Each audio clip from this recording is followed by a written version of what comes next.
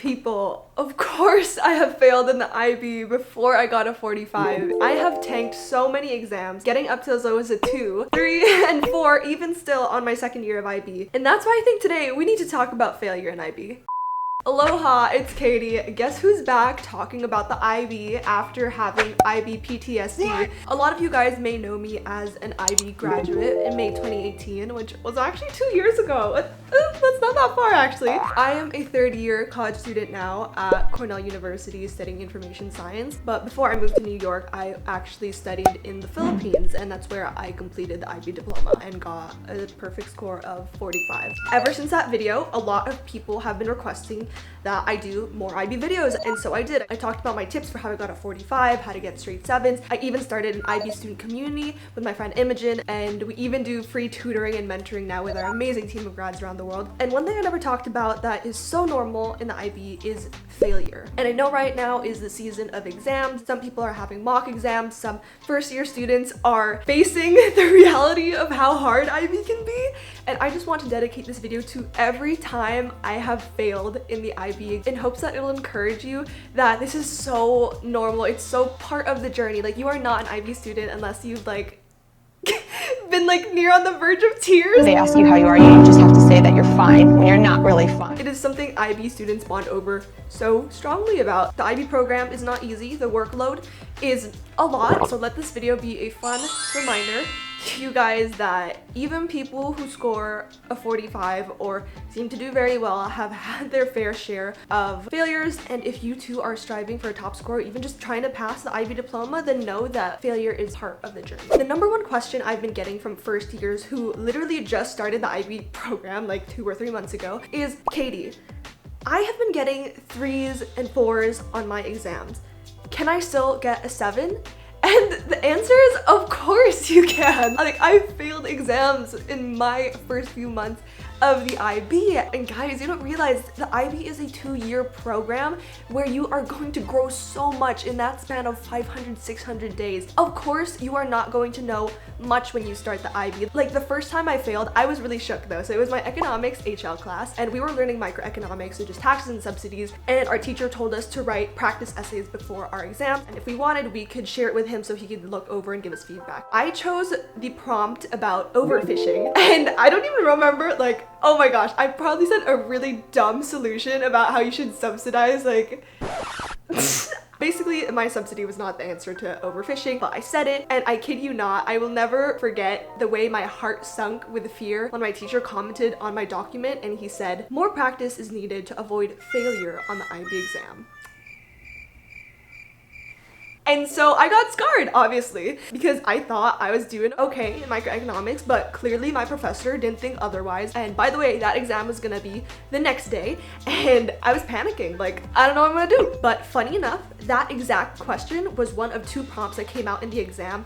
And I was like, guys, just imagine me after the teacher tells me I'm basically gonna fail the IB exam. And then the next day I get that exact prompt. So I'm kind of I'm just sitting there in my seat and I'm like, all right, well, what can I do, right? I did do a bit of research after that on overfishing, and then I was like, okay, we need laws and regulations, we need partnership. Basically, the question required solutions outside of the tax and subsidies that I've learned. But you guys, you will be surprised at how this story ends. After 2 days when I have the class again, I show up to class, I know we're getting our papers back, and I'm just I just prepared myself for the failure already. But it happened to be that everybody had failed the exam, and I was actually the only one who had passed, and not only passed, but I got a 7 on that paper.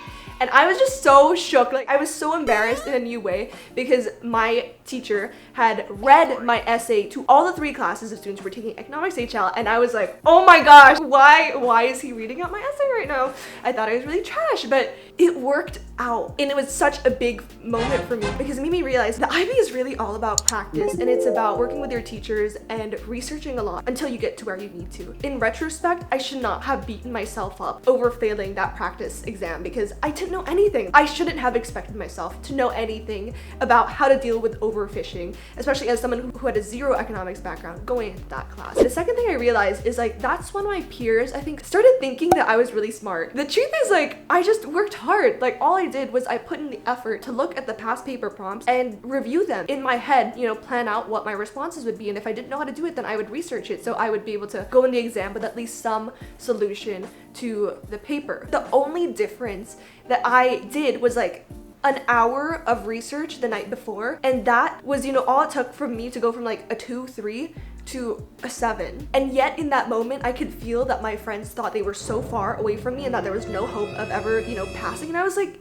that is not true. What matters is what you do with the feeling of failure, because I felt it too. Guys, remember that right now the situation you guys are in your classroom this is all still practice. Okay? Like, it might seem like you're gonna fail the IB or you're not doing well on the test, but remember, this is not the exam you are going to be sitting 2 years from now. Well, if like COVID, you know, works out. Remember that when you take that exam 2 years from now, you are going to have so much more knowledge than you did in this moment. So best advice for first year students is remember that your grades right now, whatever you get on your exam, is only a reflection of the moment, only the present moment. Give yourself some slack, take it easy on yourself, guys, and just continue to have an open mindset and just put in the work every day to learn. IB is really a marathon. It is not a sprint. I have had my fair share of cramming, all IB students do, but just do a little bit every day and you will be surprised by how much you know at the end of the 2 years. The second time I failed was my Chinese reading comprehension. It was so bad. I thought I could read Chinese characters, but when I saw that article in front of me and I realized I could not even read the question, that's how I knew I was screwed, like big time screwed. You can imagine the rest of the exam, I was just stressed. I was getting anxious by the minute. Every time I tried to read a word and then I realized I didn't know what it meant, I would feel a little more hopeless, and then I would look at the article, I would not be able to read the article, and then I felt even more hopeless. And by the end of it, I had left like half the questions unanswered because I didn't know, you know, like I could only come up with so much given I could not read anything. So I was basically accepting defeat as I left the room, and you know, a few days after when we came back to class, mostly everybody had tanked it. The best score was a 4. I was actually surprised that people had gotten 4s and 3s because again, I thought I was okay at Chinese, and I was actually like one of 2 people who had scored the lowest. I scored a 2 on that. You can also imagine my fear in that moment that like, I was like, oh my gosh, if this is gonna be on the IB exam, then I might not pass because this reading score, no matter how good my other writing, you know, pieces are or oral pieces are, like my reading comprehension is going to bring me down. So, you know, my teacher also talked to me after class because she was like, I noticed you didn't do very well. And I was like, I knew that. And I just asked, like, is there any way I can pass? Like, what do I do? Like, I didn't want to ask it, but that was exactly the thought in my head, is like, what do I do? Thankfully, the teacher was very encouraging. She was like, you know, these are the strategies, you know, first, like, strengthen your vocab, strengthen your sentence structure. You don't need to know all the words in any reading comprehension, just like in English when you read something. You don't know every word, but you have context clues and you can infer. So I did a lot of practice for my Chinese reading comprehension. I practiced just like understanding first the main idea, even if I didn't understand everything, and then I looked at, you know, sentence structures. And then when we had our second reading comprehension, I was still nervous as heck, but then I had gotten a 6, and for me I was like, I never felt more relieved in my life because I was like, okay, a 6, I can work with this. I'll just work harder for my written tasks, the paper, and it's okay if my reading comprehension is a 6 because it can still average out to a 7 in the end. This time I had gotten one of the top scores because I had just put in the work between my failure and the eventual like success. And this is like another key thing that has kept me going so much in the IB,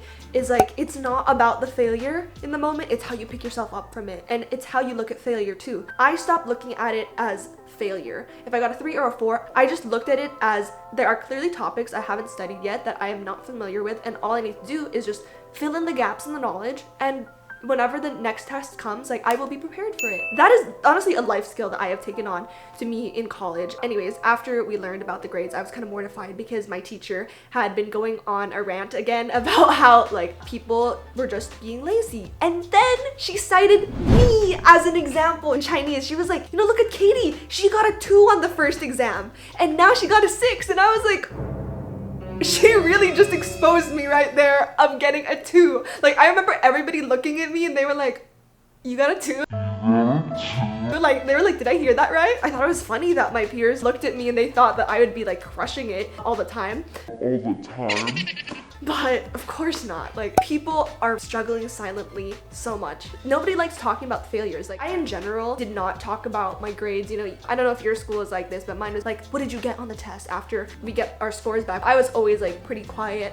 My number one excuse was just like, oh, I did better than expected. And I'm like, it's okay if you tank it. That's always why I say I just do better than expected. And if somebody asks you that, you can also say that. I think it's a good cop out. Third time I failed was my second year. So you would think that by second year, you know, I would have it all figured out, but no. That kind of blew up in my face for my computer science HL Java paper. So this is option D. I was doing object-oriented programming and I was super rusty with Java because for the previous months we had been studying like operating systems and just memorizing a lot of CS concepts. And I went into the exam, I realized how much I forgot. I think around that time, I was also doing my TOK presentation, finishing my EE that I had crammed in the summer of senior year. It did not work out well, okay? I got a 3 and legit, mocks were coming up and we were supposed to have known most of the material by then, by the way. And I'm still getting a 3. In either case, I got it together. I sat myself down and I was also like, okay, Katie, if you are going to major in computer science in college or like pursue a degree in computer science, then you like really need to know this stuff.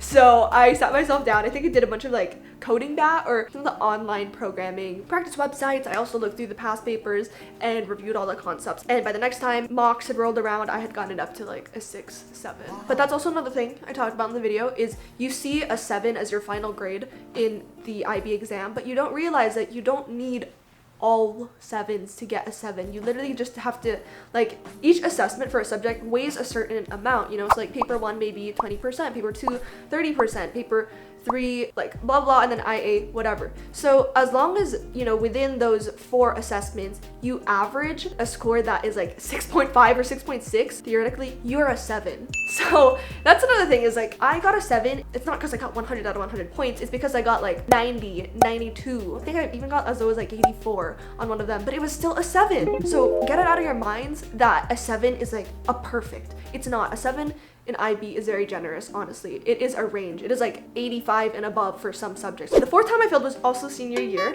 It wasn't actually a fail, it was a 4. And it was for my chemistry IA. Our first draft of the IA, I had gotten a 4, and that had brought my grade down. And fun fact, that is the class that had changed my GPA from a 7.0 to a 6.9. And I'm not gonna be annoying about the grade because objectively like a 6 is high, but I thought it'd just be fun to mention that because in my revealing my stats video I talked about how when I applied early action to US colleges I had a 7.0 GPA, but then after I applied my GPA dropped to a 6.9 and it's because of chemistry. That worked out in the end because I got a 7 in chemistry. Lol. I just like sometimes I look back at my decision reaction and I look at how little I cared when I opened my chemistry grade and was so surprised that I'd actually passed. In terms of my strategy for Chem IAs, I definitely looked at other exemplars. I looked at how to structure my IA, how to structure a research paper, and also set up the experiment, you know, oh my gosh, I hate significant figures. Now that I've shared those failure stories though, I think the most important thing I need to tell you is how you can apply them to your own studies right now. So if there's anything you take away from this video, aside from a good laugh that this 45 student has failed a lot before she got there, it's these 5 things though. First is a growth mindset. Know that what you score now is not stagnant. It is not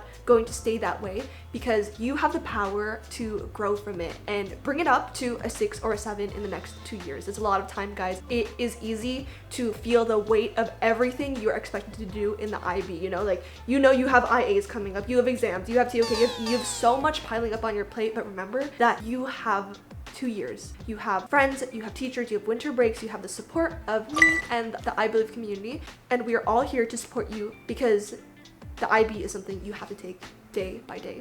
Focus on the things that you can do today, and over time you will realize that all those small steps you took over the course of the years accumulates this upward sloping trend where you will grow so much. The second thing is don't forget why you started IB. Yes, a lot of people do IB because it is internationally recognized, it's promising on college applications, and it's a great program.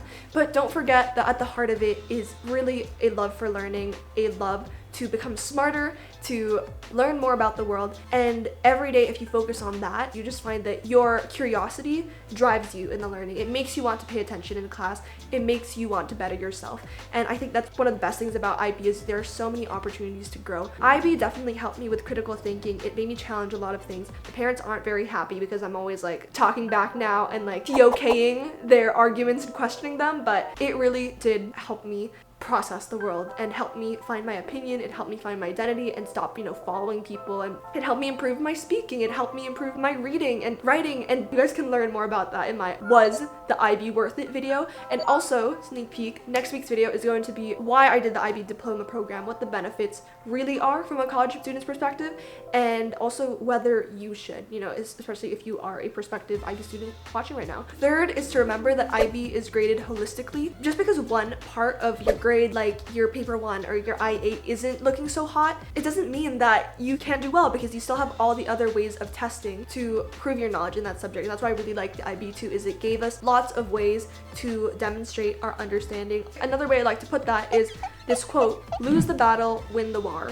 If you want to look at IB as a war, you have many different fronts. You have many different subjects that you are trying to advance in this war. And some battles you may need to sacrifice. Like if you have to balance your TOK essay and your EE and this chemistry test, then sometimes maybe you will have to study less on the chemistry test so you can focus on the other things. But after that, the battle is still raging on. You still have another opportunity to push your chemistry grade along. And so just remember that you can lose small battles and still overall win the war. You can overall still score a 7, pass the IB diploma. Actively apply the IB skills that you learn. When Valentine's Day rolled around and I was the president of the Visual Arts Club, we were doing a handmade card sale, and so I was whipping out all these cute chemistry pickup lines and giving people a good laugh, and also fundraising for the service partner we had. Another example is in my math IA, I chose to do my topic on YouTube videos. Actually, my research question was like, how often should I upload a video to optimize the number of views I get? And that I did really well. I used calculus to find like the rate at which my videos would get a lot of views, would decline in views, and then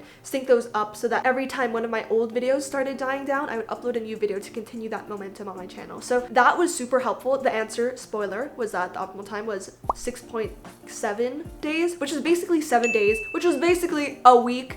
And that was what I had been doing, but I had proven it mathematically.